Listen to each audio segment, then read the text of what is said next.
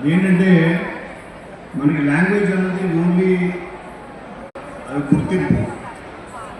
తెలుగు భాషకి తెలుగు చిత్ర పరిశ్రమ ముఖ్యంగా చాలా కాంట్రిబ్యూట్ చేసి ప్రపంచ స్థాయిలో తెలుగు ఒకప్పుడు తెలుగు ఇండస్ట్రీ అంటే చాలా తెలిసేది కాదు.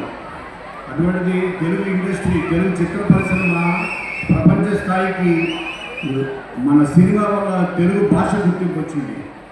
దానికి కారణం మన ఎస్ఎస్ రాజమౌళి గారు. అలాంటి ఎంతోమంది డైరెక్టర్స్ వాళ్ళ వంతు వాళ్ళ కాంట్రిబ్యూషన్ తెలుగు భాషకి, ప్రపంచంలో తెలుగు భాష గుర్తింపు తీసుకురావడానికి వాళ్ళ ప్రయత్నం వాళ్ళు చేస్తున్నారు. అదే ప్రయత్నంలో భాగంగా నేను కూడా యాక్చువల్గా ఎంబీఏ చేశాను. ఎంబీఏ చేసి ఎన్నో జాబ్స్ చేశాను. ఎన్నో కార్పొరేట్ కంపెనీలో వైస్ ప్రెసిడెంట్గా పనిచేశాను. దానికి నాకు ఎక్కడా రాని ఒక సంతృప్తి నాకు ఒక రైటర్గా వచ్చింది. ఆ గుర్తింపు కూడా నా ఫస్ట్ సినిమా పనిచేసా ఉన్నాను చెప్పగలను. ఎందుకంటే ఒక హరీష్ శంకర్ వచ్చి నేను ఫస్ట్ కథ చెప్పించినప్పుడు సాయి కుమార్ గారికి ఆయన మాట్లాడాడు.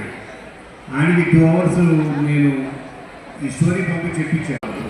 కొనసాగుతూనే ఉంటుంది. అంటే మనకు అదే జాబిలి చెందు గిరి రాజీవ్ లాగా మళ్ళీ మీ దగ్గరికి రాబోతున్నారు. వాళ్ళతో పాటు ఈ స్టేజ్ మీద ఎంతోమంది యంగ్ యాక్టర్స్, యంగ్ టాలెంట్, వీళ్ళందరినీ బ్లెస్ చేయండి. వాళ్ళందరికీ ఒక గొప్ప మంచి జీవితాలు ప్రసాదించండి. కెరీర్స్ మీరు ఇవ్వండి.